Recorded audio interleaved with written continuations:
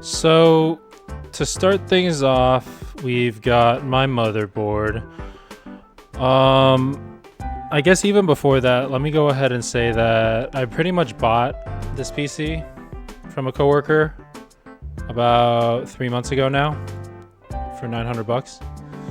The things I did upgrade in Black Friday was both the RAM and CPU. I spent the prices that you see here, 30 bucks and 120. So I spent about 150 bucks to upgrade these parts. But regardless of that, I think this PC is good for what I have, which is going to be my ultra-wide monitor at 1440p gaming. I achieve about 160 FPS on Marvel Rivals, and I also achieve well over 200 FPS on League of Legends. At times it goes over 250.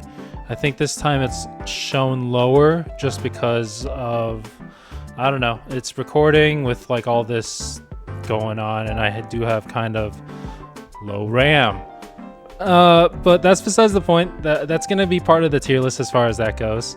All right, starting off, we have my motherboard here, which is going to be really old. It's only going to be sold pretty much pre-owned at this point, but it looks like you can get it at around 90 bucks. With that being said, it no longer supports the new AMD chips that are currently going to be produced.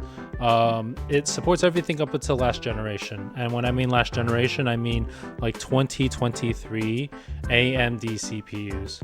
Anything 2024 uses a new chipset. You will need a different CPU. Because of that, it's pretty much a C at this point. I should upgrade it, but again, this works for me, so let's keep going.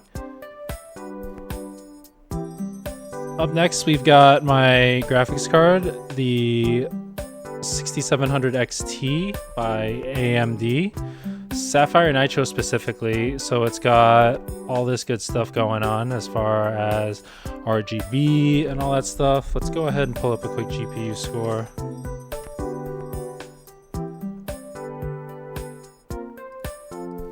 When it comes to the 5700 XT, I would say graphics cards nowadays probably caps at like, you know, double, maybe even triple the power of what this goes at. But with that being said, those current GPUs are, you know, upwards of like $1,000, where you're getting top tier performance versus, I would say, B tier performance. So with that being said, I think this belongs in the B tier.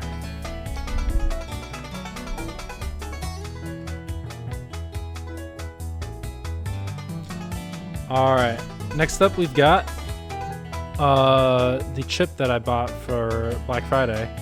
I actually upgraded from the Ryzen 7 2700, and I gotta say it's quite the good upgrade. This is one of the last chips as far as its price point for the motherboard I have. If you upgrade the motherboard, again, you can't get the same chipset because it would be outdated. For the motherboard you have, which is lower tier, this is going to be A tier. You can't really ask for much better as far as this goes. If you really want, I recommend the 5700 X3D. This is the only other graphics card that would be worth getting, and I didn't purchase this one. I got the other one for Black Friday, the 5600X, because as you can see, this is double the price, and I wasn't really ready to pay double the price for what is probably a 10 to 20% graphical increase. On paper, 10 to 20% does a lot, but when it comes to price, we're keeping a budget here. So next up, we've got the RAM. I bought this actually at a Black Friday sale with the RAM. Again, I bought these two at the same time. With that, I had a $30 coupon, so these were technically free. But we'll go ahead and put it for 30 bucks here. Unfortunately, I will say that we have to upgrade it. You're gonna need 32 gigs of RAM in today's day and age. With that being said, you know, something like this, which is gonna cost $52 as opposed to the $30 I spent. The reason I say that is because whenever I record videos and such, even when I'm playing video games, I am noticing a RAM cap where things just start stuttering. 16 gigs doesn't cut it in 2025. You're gonna have to go 32 gigs. C tier.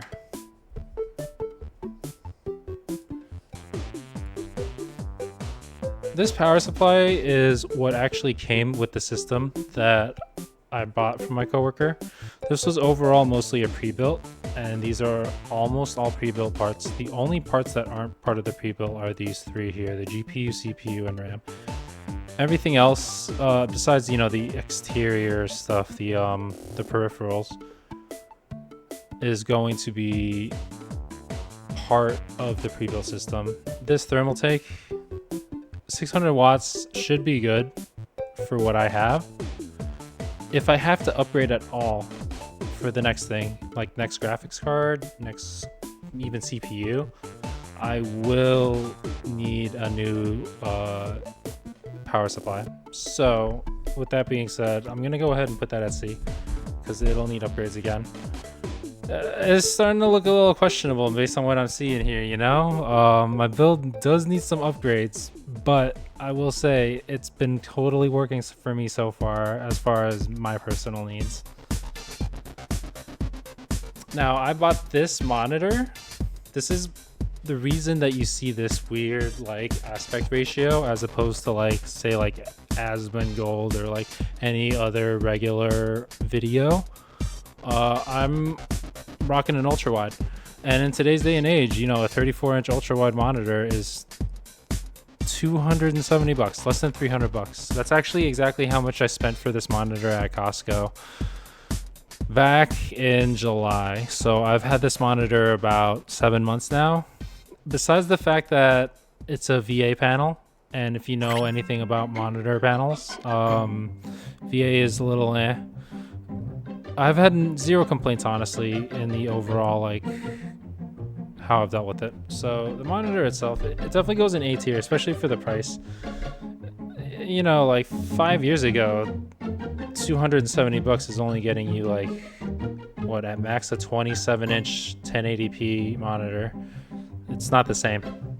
It's not the same. We're in a different day and age now. 165 hertz, by the way. So yeah, that's the frame rate. I don't know if it explains it here, but yeah, 165 FPS is what I get for this.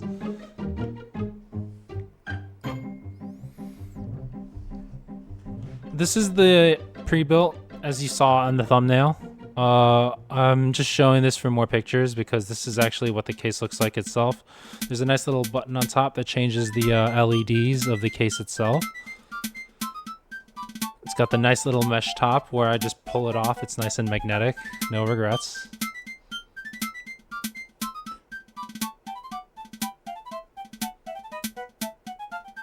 Really, really good PC. Especially since I'm looking at this now. Yeah, that's my PC. Alright. So I got these peripherals as a gift here.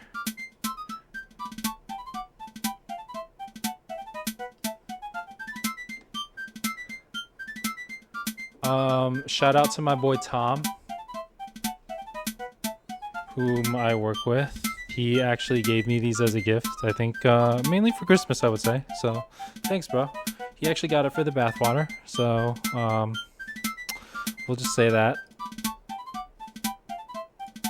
We'll say that this is NA, but if you were to buy an actual keyboard, let's see.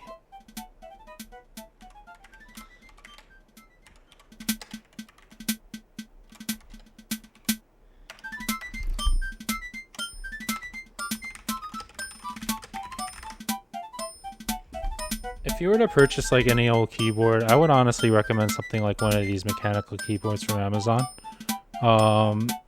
We'll go ahead and say the average is like 40 bucks here.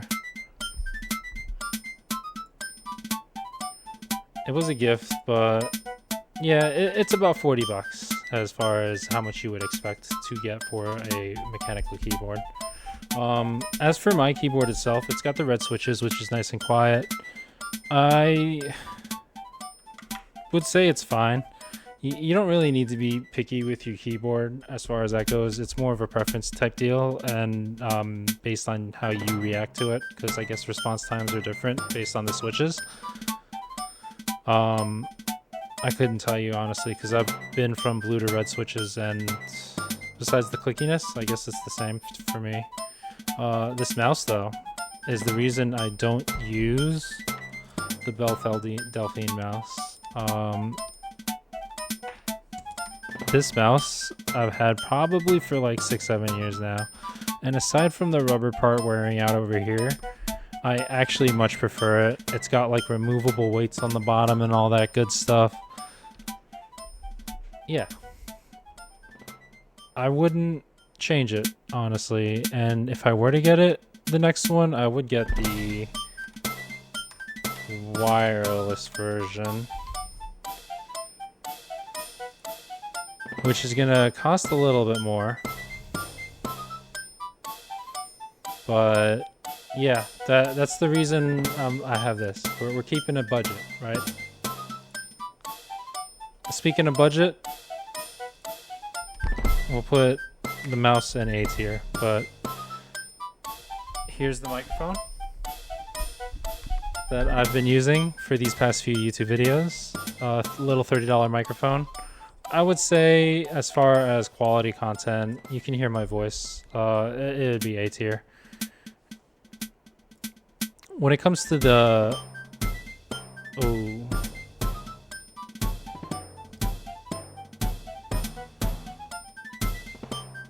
When it comes to the webcam, it's not great. The reason I say that is you want a cam that autofocuses, because not having a type of focus actually affects the quality of some of my videos, especially if I'm trying to, you know, zoom in on some stuff here. It just doesn't work.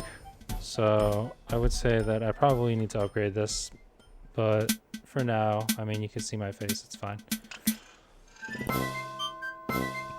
This headset that I've been wearing, it's about a year now that I purchased this. Actually, year and a half, maybe at this point, because we're in February. So I would go ahead and give it an A. It hasn't led me astray. The quality is decent, you know, especially when you're looking for anything at the sub 50 price. Like, it's the best thing you could honestly ask for, I think. Since the case wasn't available anymore, I would go ahead and say that a decent case would probably run around 70 bucks. Let's look it up.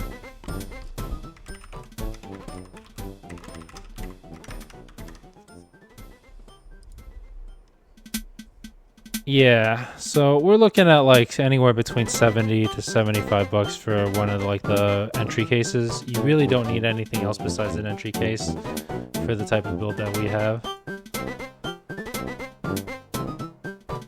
All in all, you're looking at 1,100 bucks before tax. You're looking at after tax, let's say your tax is 10%, 1,200 bucks. I think that's all I wanted to say for this video. So, you know, don't be discouraged if you want to build a gaming PC. You can go a little bit lower if you want to go for 1080p. I would probably subtract, you know, 200 bucks to make like $1,000 build. That's probably going to be what's going to last you another 3-4 years at least. But this is my build. Hopefully it gives you a good idea if you're in the market for a PC or if you just want to learn a little bit more. And Peace.